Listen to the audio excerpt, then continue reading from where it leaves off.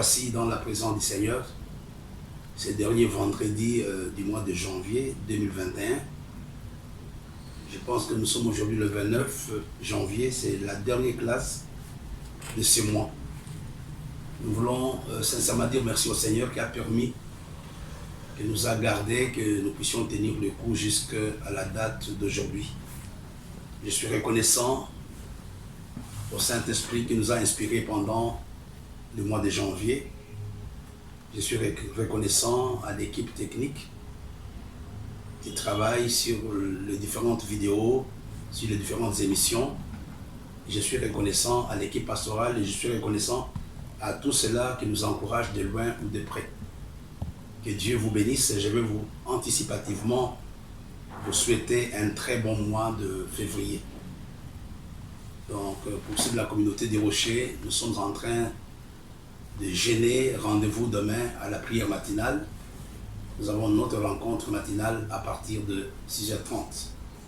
Et la fin, comme vous le savez, aura lieu les dimanches 7 février. La dernière séance, la classe de mardi passé, j'avais parlé d'atteindre la nouvelle dimension. Et avant la classe, j'avais donné certains principes qui peuvent nous aider à atteindre la nouvelle dimension. Le texte de base est le même. C'est dans le livre de Matthieu au chapitre 15, chapitre 14 plutôt, du verset 22 jusqu'au verset 33. Ce matin, je veux faire la conclusion de ce thème que nous avons abordé pendant tout le mois de janvier passé de l'autre côté. Et ça sera la deuxième partie de notre sous-thème « Atteindre la nouvelle dimension ». Je me suis attardé sur cet enseignement parce qu'il est important pour la suite. Nous sommes en train de poser des bases essentielles pour commencer cette nouvelle année 2021 dans une attitude de foi et dans une attitude de victoire. Donc ce matin, je vous donnerai des principes, je crois qu'il y en a 5, vous les connaissez, mais ils vont constituer plus ou moins le résumé de ce que nous avons pu voir pendant le mois de janvier. Pour atteindre la nouvelle dimension, la première chose, il faudra apprendre à vaincre la peur et à prendre le risque. Je reprends, pour atteindre la nouvelle dimension, rappelez-nous, n'est-ce pas, quand les disciples ont commencé à paniquer lors de la traversée, il y a une parole que le Seigneur va leur donner. Rassurez-vous, n'ayez pas peur. Personne ne peut atteindre la nouvelle dimension s'il ne combat pas sa propre peur. Tu ne peux pas atteindre la nouvelle dimension si tu n'es pas non plus prêt à prendre les risques. Si Pierre avait pu marcher sur les eaux, c'est parce qu'il avait pris le risque. La première chose qui est très importante dans la vie de chacun d'entre nous, vous savez, le diable libère toujours l'esprit de peur. Donc la peur peut te paralyser, la peur peut détruire l'initiative, la peur peut t'amener à avoir une mauvaise vision de toi-même, avoir une mauvaise vision de ce que tu fais. Et j'aimerais t'encourager ce matin que tu puisses dire, Seigneur, je veux atteindre une nouvelle dimension, mais aide-moi à combattre la peur. Vous vous rappelez, malgré la grâce que le prophète Élie avait, à cause des menaces de Jézabel, nous voyons qu'Élie avait fui. Élie avait fui, il était prêt à abandonner le ministère. Mais il fallait que le Seigneur lui-même mette en place une stratégie pour le rassurer. Et après, Élie a continué. À cause de la peur, Élie avait même souhaité la mort. Il a dit, donne-moi la mort maintenant. Mais nous ne voyons pas la suite qu'Élie n'était pas mort parce qu'il était enlevé. Tu vois, la peur peut t'amener à prendre de mauvaises initiatives. La peur peut t'amener à prendre de mauvaises décisions. Le livre de Job nous dit, ce que je crains, c'est ce qui m'arrive. Ce que je redoute, c'est ce qui m'atteint. Pour atteindre la nouvelle dimension, tu as besoin ce matin de combattre la peur. Je n'ai pas beaucoup de temps, je pouvais vous donner des témoignages. Ils sont très édifiants. La peur peut créer des choses dans ton esprit. Tu peux même les entendre. Il y a quelques années, il y avait beaucoup de braquages. Il y avait le bandit à main armée, c'était terrible ici à Douala, il y a quelques années. que les années 96 ou 97, je ne me rappelle plus.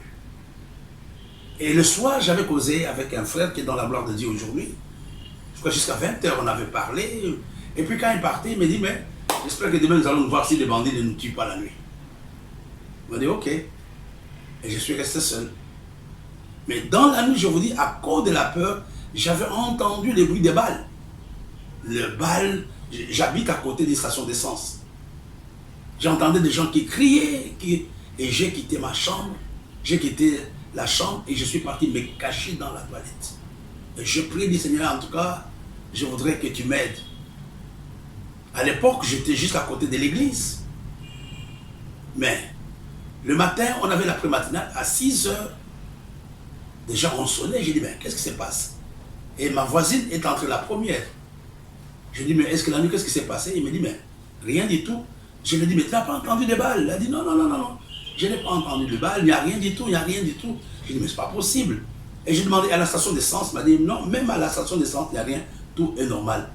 Regardez, la peur m'avait fait passer toute une nuit dans la toilette et j'ai entendu des choses qui n'existent pas. La peur peut te parler. En 97, quand le défunt président Kabila avait pris le Zaïre, le Congo, le Zaïre à l'époque, l'actuelle, la République démocratique du Congo, ma famille était à Lubumbashi. Et dans la nuit, à cause de la peur, parce que mon fils m'avait écrit, il me dit, je ne sais pas si nous allons encore nous revoir, que Dieu nous garde, etc. Et dans la nuit, j'ai entendu, à cause de la peur, une voix, pas une voix. J'ai suivi, entre guillemets, à la règle qui disait que la ville de Lubumbashi vient de tomber et il y a beaucoup de morts. Pour moi, c'était vrai. J'ai appelé ma femme, j'ai demandé à Lubumbashi, elle me dit que non, il n'y a rien. Et les rebelles ne sont jamais arrivés à Lubumbashi. Et Lubumbashi n'était jamais tombé. Mais qu'est-ce qui s'était passé? La peur peut t'amener à écouter, la peur peut t'amener à voir, la peur peut t'amener à entendre des choses qui n'existaient pas. Pour atteindre la nouvelle dimension, tu as besoin de vaincre cette année la peur. Dieu t'a demandé de... Et il y a la peur d'échouer. Il y a même la peur du succès. Il y a des gens qui ne veulent pas réussir. Mais si je réussis, qu'est-ce que les gens vont dire? Je connais des gens qui ont des moyens, mais ils ont peur de mourir. Moi, j'ai ma défunte sœur qui avait un peu d'argent, mais elle marchait à pied, elle avait peur de monter dans le taxi et disait qu'il y aura un accident. Elle ne voulait pas mourir, mais elle est morte malheureusement, pas par accident bien sûr. Et j'aimerais ce matin dire à quelqu'un, le premier principe pour atteindre la nouvelle dimension, tu as besoin de vaincre la peur et de prendre le risque. Prendre le risque, être prêt à faire ce que tu... Même si les autres n'ont jamais fait, toi tu seras le premier à le faire. La deuxième chose, pour atteindre la nouvelle dimension, il faut avoir soif de l'atteindre. Quand tu es content, quand tu t'es satisfait de ce que tu fais, quand tu ne veux pas le changement, quand tu ne veux pas changer de dimension, il n'y a rien, personne ne peut t'obliger. Et la nouvelle dimension, tu ne peux pas l'atteindre. Il faut d'abord avoir une envie forte de faire autre chose. Il y a 3 points que j'aimerais te donner. La première chose, comment on voit que cette personne a l'envie vraiment du succès? Comment on peut voir que cet homme a envie d'aller plus loin? Comment on peut voir que cet homme a envie d'avoir un autre résultat? Il y a 3 éléments. C'est quand il est prêt à surmonter les obstacles. Il y a des gens, à la première difficulté, ils arrêtent, ils abandonnent. Un homme qui a envie d'aller plus loin, un homme qui a envie d'atteindre une nouvelle dimension, n'est pas effrayé par les obstacles qu'il rencontre. Il n'est pas effrayé par le vent contraire. Il n'est pas effrayé par tous les problèmes qu'il peut rencontrer en cours de route. Les problèmes sont tout à fait... C'est une chose normale d'avoir des problèmes.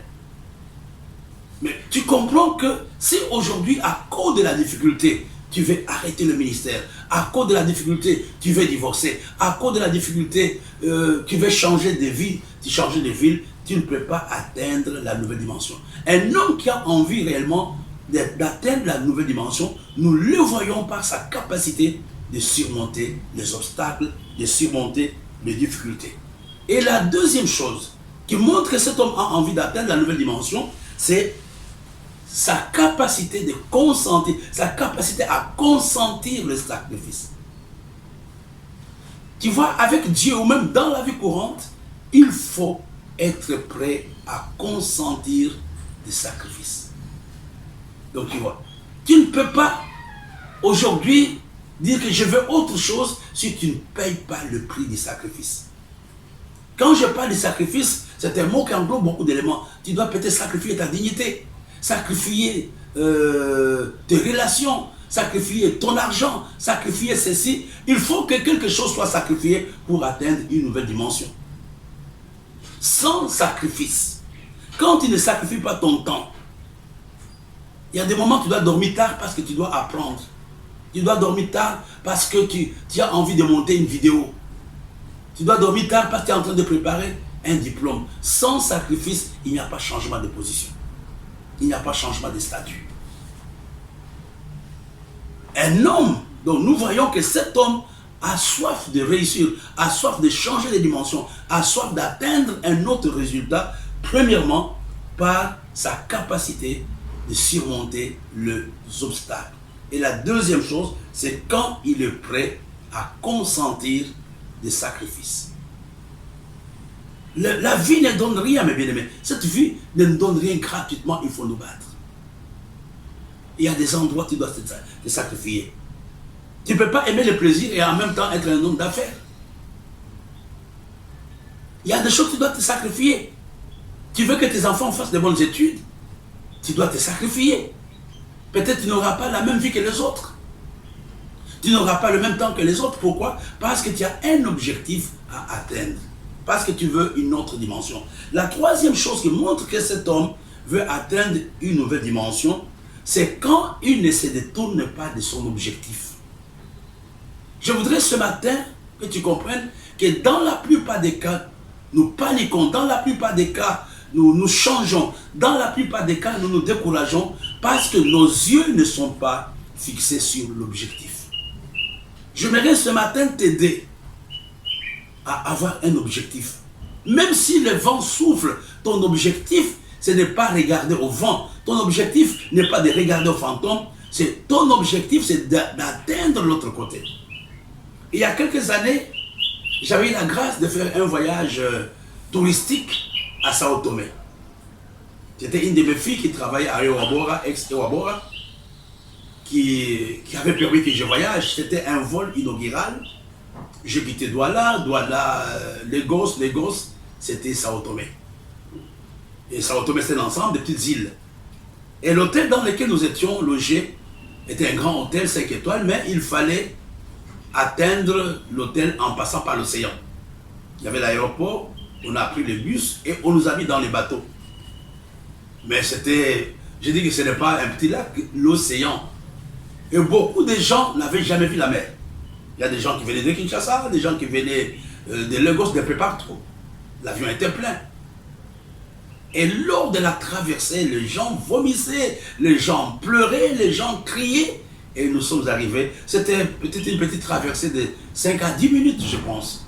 Et nous sommes arrivés dans l'île où il y avait l'hôtel.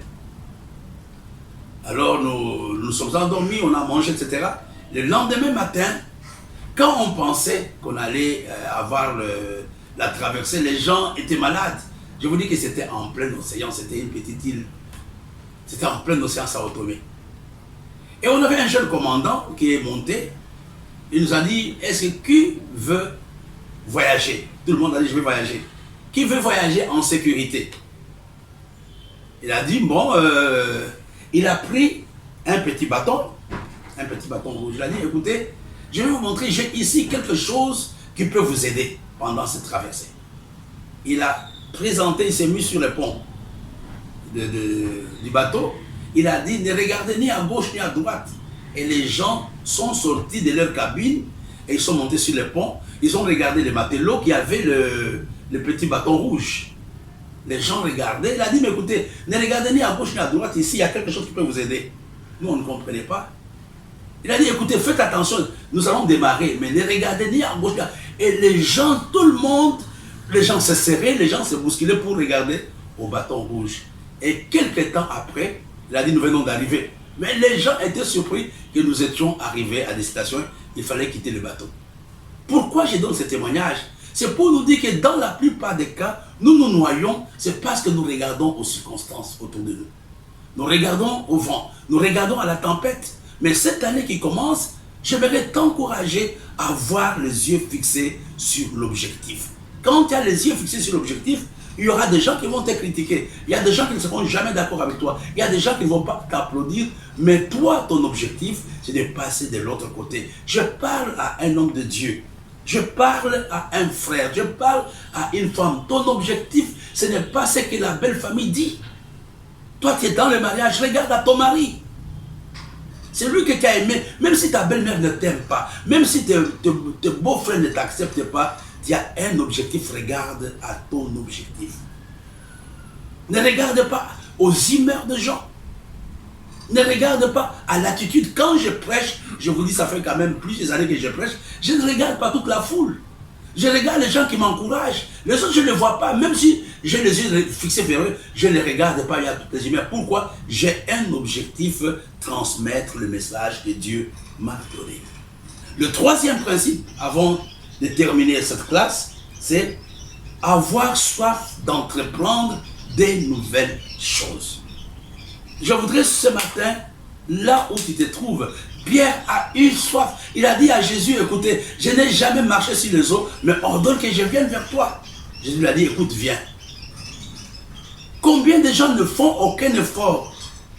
Ils veulent reproduire le même modèle, la même chose de l'année 2020. Je voudrais t'encourager ce matin à dire à Dieu, je suis fatigué avec la même méthode. Je veux autre chose. Je veux marcher sur les eaux. Je veux un autre résultat. Peut-être jusqu'à présent, tu as évangélisé de porte à porte, mais tu peux aller à la radio, tu peux aller à la télévision. Initie une autre méthode, mon frère et ma soeur, qui aura un autre résultat. Tu peux aller à une autre dimension. Mais parce que si tu restes dans la routine, si tu restes dans la monotonie, tu ne peux pas aller, je l'avais déjà dit il y a quelques temps, tu ne peux pas aller à une autre dimension.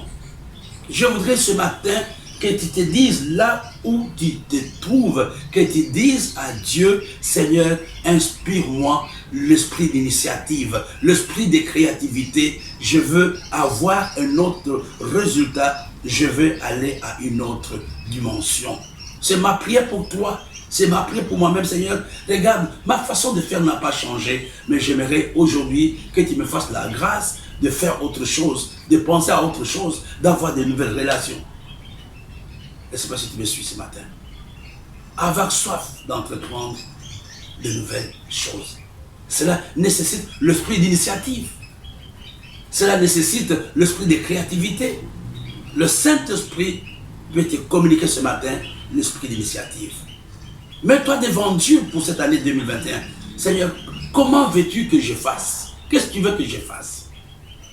J'ai déjà beaucoup prêché, j'ai déjà beaucoup prié, j'ai déjà fait ceci et cela. Dieu est prêt ce matin à t'inspirer une nouvelle méthode. Dieu est prêt ce matin à t'inspirer une nouvelle façon de faire. Une nouvelle façon de faire. Avant de terminer, nous allons voir le quatrième principe qui est fondamental.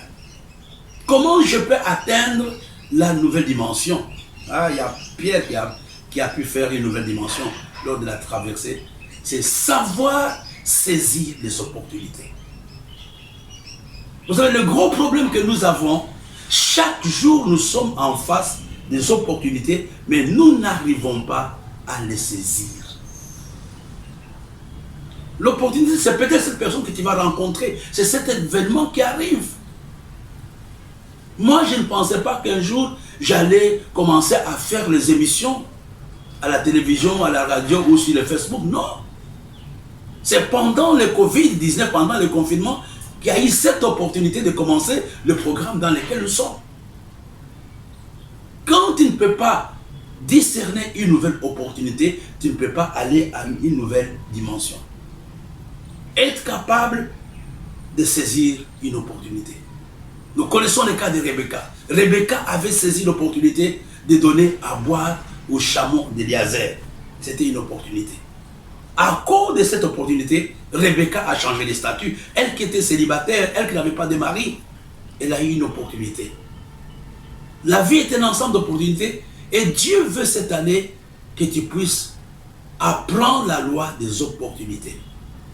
Abraham a vu des anges. Il a proposé à manger aux anges. Et les anges lui ont dit, à cette même période, ta femme aura un enfant. Regarde autour de toi, il y a des gens qui ont des besoins. Regarde dans l'église, il y a des choses à faire. Je vais prendre le cas de la veuve de Sarepta. Elle avait saisi l'opportunité de donner à manger à Élie. Élie n'était pas venu comme prophète. Élie s'était présenté comme un mendiant. Élie n'avait pas, quand il est venu auprès de la femme, il n'a pas dit je suis le prophète d'Israël, parce que la femme n'était même pas juive. Mais qu'est-ce qui s'est passé? La femme avait saisi l'opportunité de donner à manger à Élie. Tu ne peux pas savoir qui est le porteur de ta bénédiction. Cette année, demande à Dieu d'ouvrir tes yeux, que tu vois quelles sont les opportunités qui peuvent me bénir, qui peuvent m'amener, qui peuvent amener un changement dans ma propre vie. Si David a pu tuer Goliath, c'est parce qu'il avait saisi l'opportunité. David n'était pas parmi les gens qui avaient été désignés pour aller au front. Non. David avait saisi l'opportunité. Il était envoyé pour déposer un colis auprès de ses frères, pour déposer à manger. Mais quand il a appris que le roi avait promis sa femme, sa fille plutôt en mariage, il avait saisi l'opportunité. Et à partir de ce temps-là, David est devenu le grand guerrier d'Israël. Tu dois saisir l'opportunité ce matin de servir Dieu, de donner à quelqu'un, de faire quelque chose. J'ai connu une église, je ne sais pas si elle existe toujours, c'était au Togo, du passé Toba. C'était une grande église à l'époque. Elle avait, je crois qu'il y a quelques années, plus de 5000 membres. Elle s'est réunissait, j'y étais en 95, il y a à peu près aujourd'hui 35 ans, non, 25 ans. 95. 25 ans. Alors, pendant la guerre civile du Togo, les gens avaient fui la vie parce que les gens s'est tués. C'est le même qui m'avait donné le témoignage. Mais lui, c'était un Ghanéen, il ne savait même pas comment faire. Il ne devait pas fuir, je ne vous ai pas dit de vous exposer.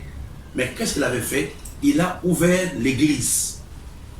Il a dit, s'il est question de mourir, que je meure dans l'église. Et il était devant l'autel, il priait. Quand les gens voyaient la salle ouverte, qu'est-ce qui s'est passé? Ils quittaient leur maison pour venir se réfugier dans l'église pour prier. Même les militaires, les gens se battaient entre eux. Ils venaient aussi se réfugier là-bas. Bon, vous savez, pendant la guerre, les gens ont peur. Et l'église a commencé à grandir. Quand j'étais il y a 25 ans, ils se réunissaient sur 4 parcelles. J'aimerais ce matin que tu saisisses une opportunité. Dieu peut ouvrir tes yeux. Il peut te montrer ce que tu dois faire. Il peut te dire, salue cette personne. Rends service à telle personne. Va à gauche, va à droite. Quand un homme ne sait pas, n'est pas capable de saisir l'opportunité, il ne peut pas changer de position. La veuve de Sarepta avait saisi l'opportunité, nous connaissons la suite. La Synamite avait saisi l'opportunité quand elle avait vu que Élisée était dans le besoin, nous connaissons la suite. David avait saisi l'opportunité quand il est parti donner à manger à ses frères, nous connaissons la suite. Regardez, la Synamite, pas la Synamite, comment ça s'appelle encore, c'est dans les deux Jean, c'est Jean chapitre 4, la Samaritaine. Elle avait failli rater le salut. Jésus était là, dit donne-moi à boire. Elle a dit mais non, nous connaissons notre père Jacob qui nous a donné le puits. Et toi, qui es-tu? Chaque jour, Dieu met en face de l'homme des opportunités qu'il peut saisir, qu'il peut prendre. Il y a même certaines souffrances qui sont des opportunités de changement. Il y a certaines choses par lesquelles nous passons, c'est pour nous une opportunité. N'oublions pas que une épreuve est une opportunité emballée. Il y a des opportunités qui sont visibles, mais il y a des opportunités qui sont cachées. Une épreuve peut être pour toi une occasion d'atteindre une nouvelle dimension, quand tu sois bien saisi. Nous connaissons, j'ai parlé de 3 cas. Rebecca a pu saisir l'opportunité. Abraham a changé de statut parce qu'il avait pu saisir l'opportunité. Rahab avait saisi l'opportunité de servir les espions. Ruth avait saisi l'opportunité de servir Naomi. Dieu veut cette année 2021 te donner une opportunité que tu dois saisir et cette opportunité t'amènera à une autre dimension. C'est à toi de dire à Dieu, donne-moi une opportunité. Donne-moi une opportunité. Ne sois pas figé sur quelque chose. Sois sensible à la voix du Saint-Esprit. Sois sensible à la voix du Saint-Esprit. Il y a quelques temps, j'étais en mission à Abidjan, je crois il y a 3 semaines, 4 semaines. Mais j'étais parti pour une mission, mais pendant cette mission, Dieu m'a donné des opportunités que j'ai pu saisir et que je continue à saisir jusqu'à aujourd'hui. Et le dernier point, personne ne peut changer, ne peut aller à une nouvelle dimension s'il ne persévère pas. Regardez, la vie est un ensemble d'échecs et de succès. Quand tu tombes, tu dois te relever. Ne dis pas j'ai échoué hier, non. Tu as échoué, relève-toi. J'ai suivi le discours du président, l'interview qu'il a fait avant qu'il soit investi il y a à peu près 5-6 jours. Aujourd'hui, c'est la semaine passée, le mercredi. Le discours du président Joe Biden.